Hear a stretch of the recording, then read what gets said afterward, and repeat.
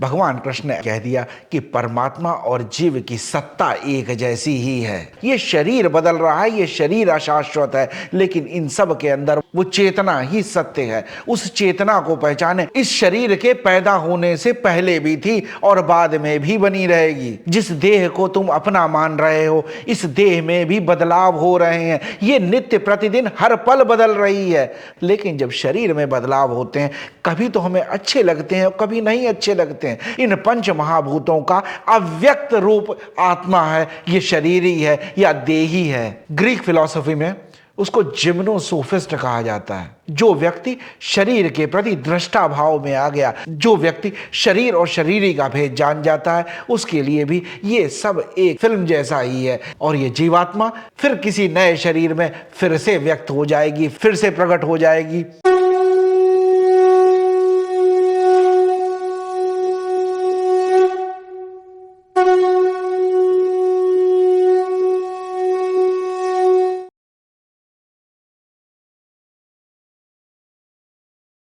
धर्म रक्षते रक्षिता। नमस्कार दोस्तों, आप सभी लोगों का बहुत बहुत स्वागत है धर्म क्षेत्र के इस प्रोग्राम में।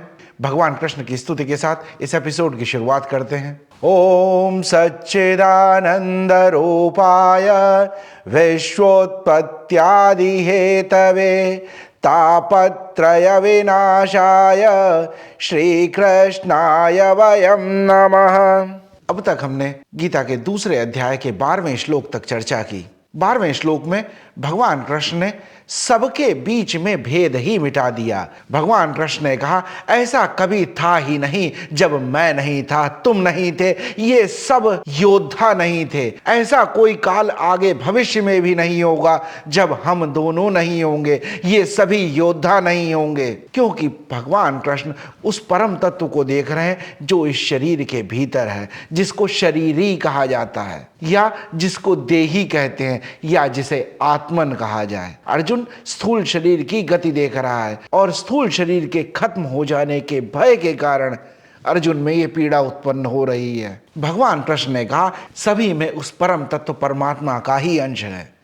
इसको ऐसे समझें, सागर में अनेकों लहरें उठ रही हैं, लेकिन सभी जल का विस्तार हैं, सभी उस समुद्र का अंश हैं। इन लहरों में कोई भेद नहीं किया जा सकता। समुद्र में हम देखते हैं बहुत सी लहरें उठती हैं, छोटी बड़ी अनेक तरह की हर समय उठती रहती हैं। एक ऊंचाई प्राप्त करती हैं, बहुत बड़ी हो जाती हैं, फिर टूट के बिखर जाती हैं और अंत में वो सभी समुद्र में ही समा जाती हैं। सब में जो परम तत्व है वो जल ही है। उनमें कोई भेद नहीं किया जा सकता। एक लहर को दूसरी लहर से अलग नहीं कहा जा सकता। वो लहरें उसी में खत्म हो जाती हैं ऐसा हमें लगता है, पर वो उसी जल में विलीन हो जाती हैं जिस जल से वो लहरें उठी थी। हमारी शरीर की यात्रा में भी ऐसा ही है। ये शरीर इन पंच महाभूतों से बना है और ये विकास को प्राप्त करता है, बढ़ता है, क्षय होता है, इन्हीं पंच महाभूतों में मिल जाता है फिर से। ये परिवर्तन ही नियम है सृष्टि का। जब भगवान कृष्ण कहते हैं मैं, तुम और ये सभी लोग,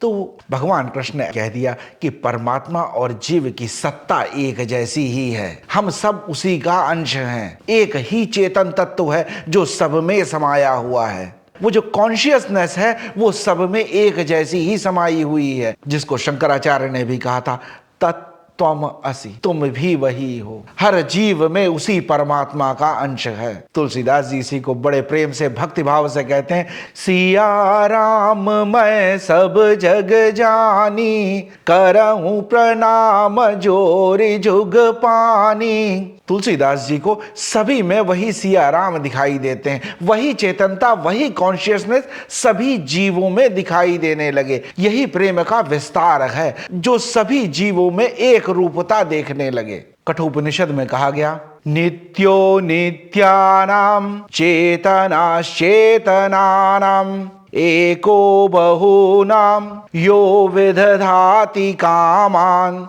सभी अशाश्वत वस्तुओं में वही शाश्वत बसा हुआ है। उस शाश्वत को देखें जो बदल नहीं रहा है। ये शरीर बदल रहा है, ये शरीर अशाश्वत है, लेकिन इन सब के अंदर वो चेतना ही सत्य है। उस चेतना को पहचाने और वो चेतना सब में एक समान है। ऐसे समझ सकते हैं कि बहुत सी गाड़ियां चल रही हैं, उनमें हम पेट्रोल डाल रहे हैं, डीजल डाल रहे हैं, उससे उनमें गति आ रही है। गाड़ी पुरानी हो जाती है, मॉडल पुराना हो जाएगा, लेकिन वो जो चेतना का तत्व है, वो जो फ्यूल है जो उसको चला रहा है, जो उसमें गति ला रहा है, वो आत्म तत्व, वो कभी पुराना नहीं होता। हम कभी नहीं कहते कि फ्यूल बहुत पुराना हो गया है। इसी तरह से हमारे अंदर जो चेतना है, जो शाश्वत है, वो सदा रहेगी। उसमें न कोई बदलाव होता है, न वो जन्म लेती है, न वो मृत्यु पाती है। जो इस शरीर के पैदा होने से पहले भी थी और बाद में भी बनी रहेगी। एक नई गाड़ी के होने से पहले भी बेंजीन डीजल एग्जिस्ट करता था, उस गाड़ी के खत्म हो जाने के बाद भी वो बना रहेगा। अर्जुन की दृष्टि साधारण है, हम जैसी ही है। वो देख रहा है कि लोग जन्म भी ले रहे हैं और मृत्यु को भी प्राप्त हो रहे हैं। इस शरीर के अंदर शरीरी जो है वो शाश्वत है, वो कैसे मान ले? हम भी नहीं मान पाते, हम भी इसको समझ नहीं पाते। इसी को समझाने के लिए भगवान कृष्ण 13वें श्लोक में कहते हैं, देहिनो अस्मिन् यथा देहे कौमारं यौवनं जरा तथा देहांतर प्राप्तिर धीरस्तत्र न मुह्यते। भगवान कृष्ण कहते हैं, देहिनो अस्मिन् यथा, जिस देह को तुम अपना मान रहे हो, इस देह में भी बदलाव हो रहे हैं। ये नित्य प्रतिदिन हर पल बदल रही है।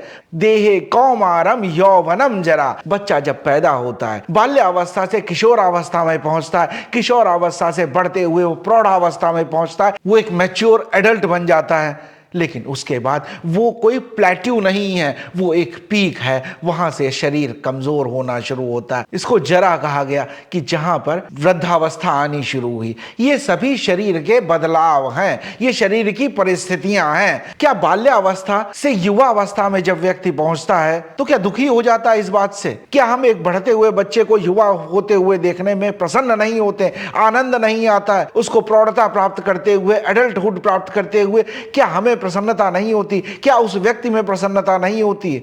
लेकिन अगर इसको जरा सूक्ष्म तौर से देखें, अगर बाल्यावस्था मरती ही नहीं तो युवा अवस्था का जन्म कैसे होता? युवा अवस्था अगर खत्म ना हो तो प्रौढ़ावस्था पहुंचेगी कैसे? प्रौढ़ावस्था का अगर ढलान ना हो, क्षय ना हो उसमें, तो वृद्धावस्था कैसे पहुंचेगी? ये शरीर की यात्रा है, इसको चेंज के साथ हमें एक्सेप्ट करना सीखना चाहिए। हम यही एक्सेप्ट नहीं कर पा रहे हैं। अर्जुन भी ये एक्सेप्ट नहीं कर पा रहा है। जहां शरीर का क्षय होने लगा, शरीर डाउन होने लगा, इंद्रियां शिथिल होने लगी, देहांतर प्राप्ति, ये फिर अपने अंत की ओर जाने लगती है। शरीर का खत्म हो जाना, ये अंतिम गति है। इसको आप ऐसे भी ले सकते हैं, एक बच्चा प्ले स्कूल में जाता है। जब वो प्ले स्कूल में सीख जाता है, स्कूल में बैठना सीख जाता है, चलना सीख जाता है, कैसे फ्रेंड्स के साथ रहना है वो सीख जाता है, तब उसको प्राइमरी स्कूल में एडमिशन दिया जाता है। जब वो बड़ा हो जाता है तब वो सेकेंडरी स्कूल में जाता है।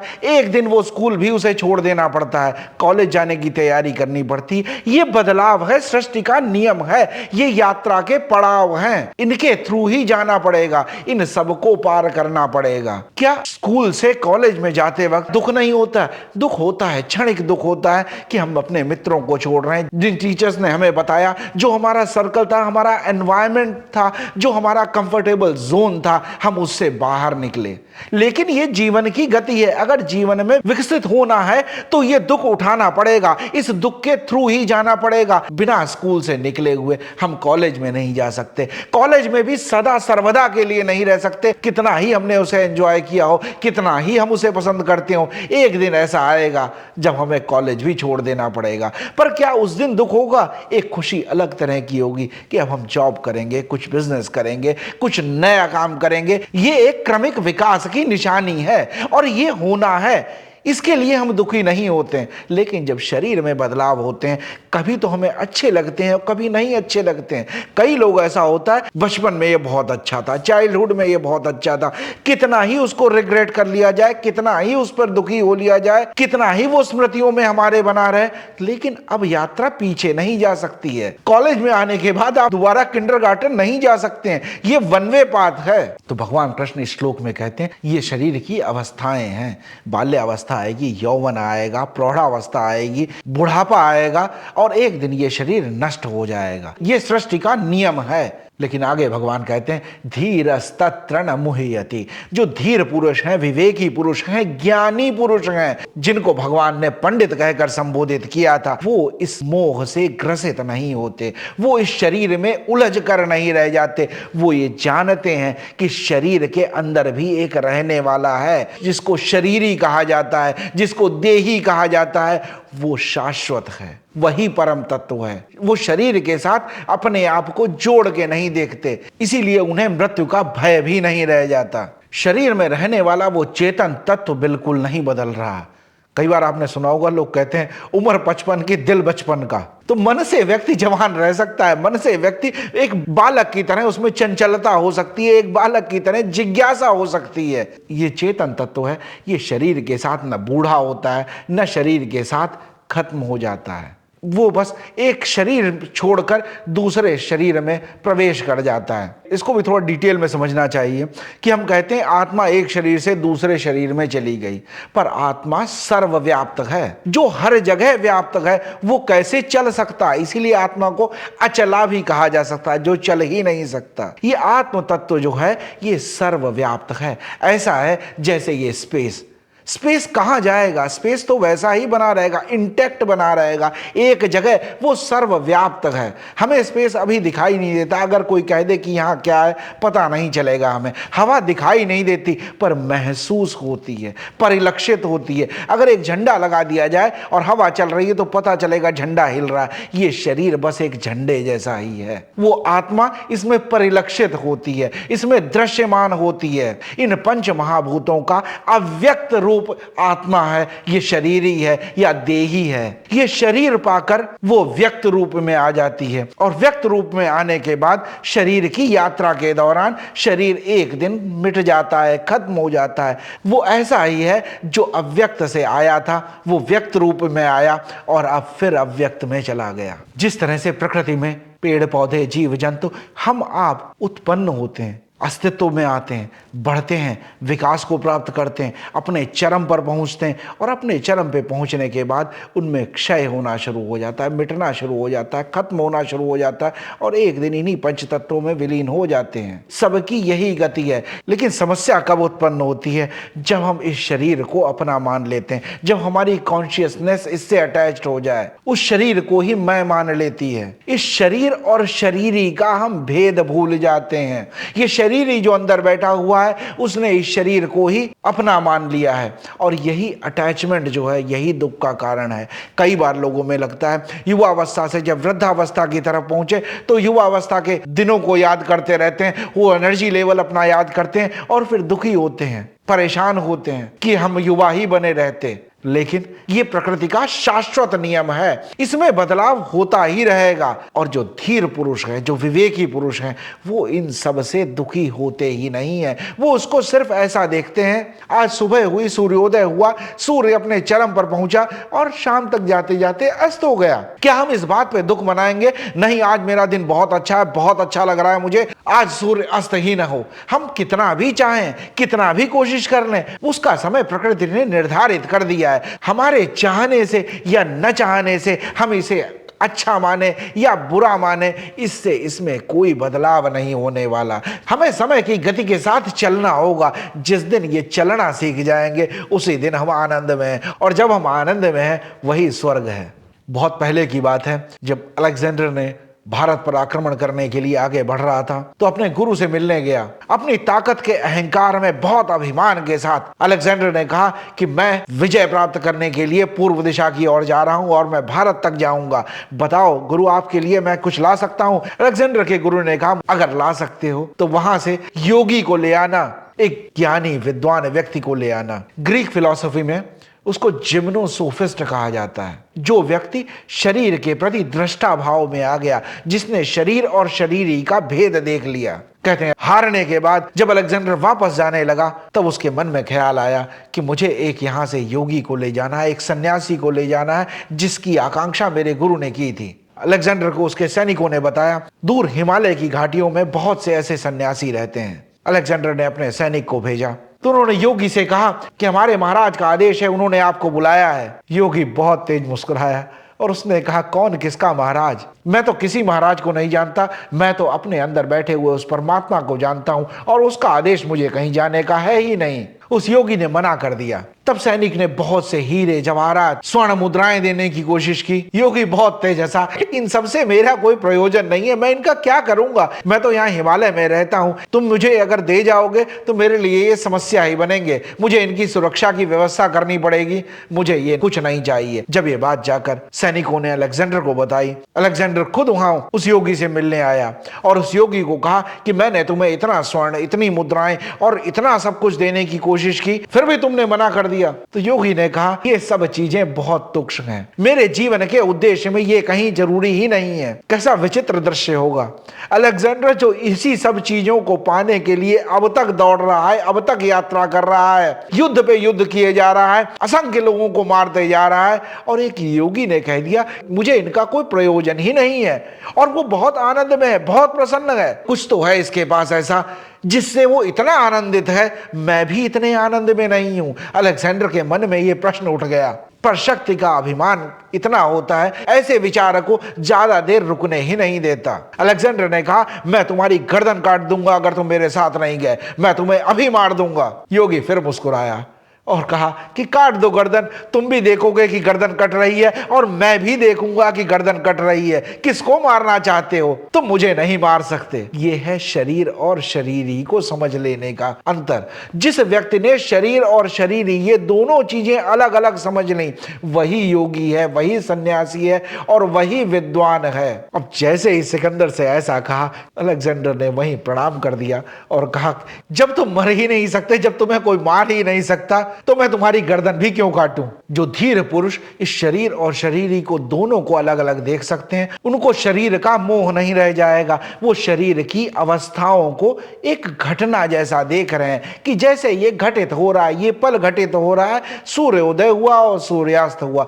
वो इसको बस इसी तरह से देख रहे हैं। इसलिए उन्हें शरीर का मोह नहीं है और शरीर के लिए दुख भी नहीं है।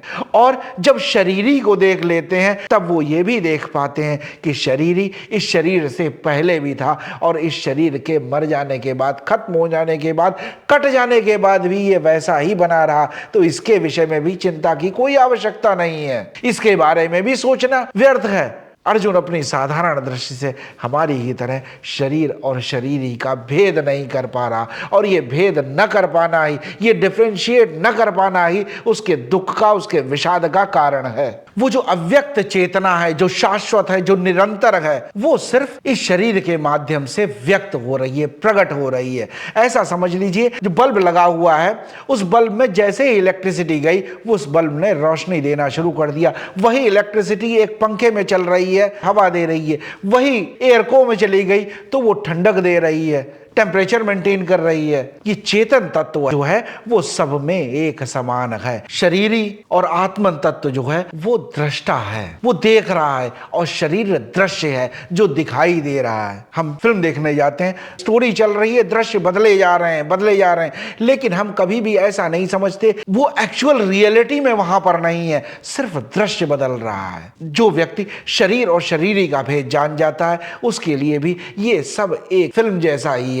हम ये स्थूल शरीर देख पाते हैं, ये दृश्य है, हम इसके परिवर्तन को निरंतर देख रहे हैं, इसलिए हमारा अटैचमेंट इससे हो जाता है। लेकिन स्थूल शरीर के अलावा भी सूक्ष्म शरीर है और एक कारण शरीर है जिसको हम जानते ही नहीं है। उसमें होने वाले बदलाव को फिर हम कैसे जान सकते हैं? स्थूल शरीर जो है वो जागृत अवस्था में है, जो हम देख रहे हैं आंखों से, और सूक्ष्म शरीर जो है वो है हमारी स्वप्न की अवस्था। सपने में जब हम देखते हैं तो बहुत सी अलग अलग चीजें देखते हैं। कभी हम एथलीट बन जाते हैं, कभी हम स्विमर बन सकते हैं, कभी हम आर्टिस्ट बन सकते हैं, कभी हम एक्टर बन सकते हैं। तो वो हमारा सूक्ष्म शरीर है, वो व्यक्त नहीं है। जब हम बचपन में सपना देखते थे, तब सपने में हम अपने आप को छोटा ही देखते थे, एक बालक के रूप में देखते थे। जैसे जैसे बड़े होते गए, हमारा सूक्ष्म शरीर भी हमारे साथ बदलता चला गया। लेकिन प्रौढ़ावस्था में आने के बाद कई बार सपने में ऐसा होता है कि मैं अपने आप को एक बालक देखता हूं या मैं युवा अवस्था में देखता हूं, क्योंकि वो दृश्य मैंने देखा है, लेकिन वृद्धावस्था का मैं अभी नहीं देख सकता हूं। हम वही चीजों को सूक्ष्म शरीर में देख पाते हैं, वही चीजें हमें दिखाई देती हैं जो हमारे मस्तिष्क में कहीं ना कहीं चल रही होंगी। तो ये जो सूक्ष्म शरीर है ये स्वप्निल अवस्था में है। फिर है कारण शरीर। कारण शरीर समाधि की अवस्था है, जहां पर हम अंदर से जागृत हैं लेकिन बाह्य दृष्टि हमारी बंद हो गई है। ये संपूर्ण रूप से दृष्टा का भाव है। इसीलिए मेडिटेशन किया जाता है कि हम अपने कारण शरीर को भी जान पाए। स्थूल शरीर के साथ जीवात्मा का संयोग हुआ,